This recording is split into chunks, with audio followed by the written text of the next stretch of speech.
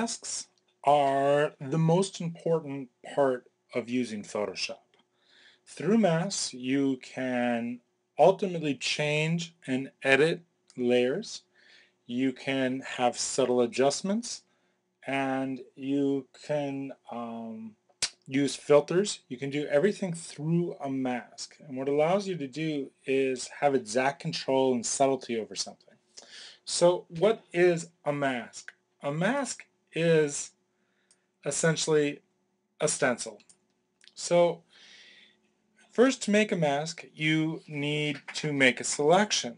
And there are two different kinds of masks. There are layer masks and there are channel masks. So a layer mask is made if you make your selection and make sure you have your layers selected. At the bottom of the layers palette, there is a square with a circle cut out of it. If I click on this, this makes a mask. And this is a layer mask. You can see how there's a little chain link here. And that chain link makes sure that wherever I have made the initial mask is tied to that image. If I untie this, I can move the mask around. And we'll get to that later. So that is a layer mask. And if you look over in my channels, we have it over here. If I were to click somewhere else in the layers, you see it disappears. It's because it's attached to this layer.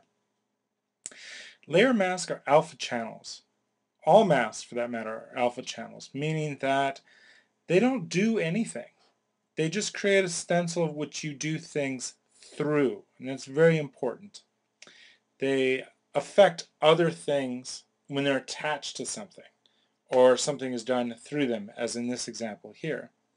The other kind of mask is, and I'm just going to trash this, is if I make another selection here, and I go over to the channels, we have the exact same icon. And if I click that, that creates an alpha mask that's in the channel. This mask isn't tied to anything. This mask can be used on multiple layers in multiple ways and create all kinds of effects.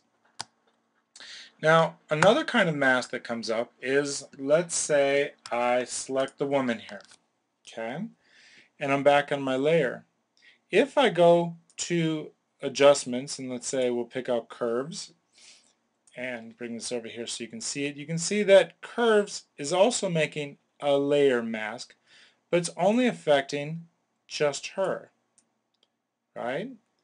If I were to take this and again trash it, you see that if I take the mask out, the entire image is affected. And we talk more about this when we talk about layer adjustments and using the layers palette. But masks come up all over Photoshop. It's the way that Photoshop really thinks in terms of how it affects specific areas at any given time.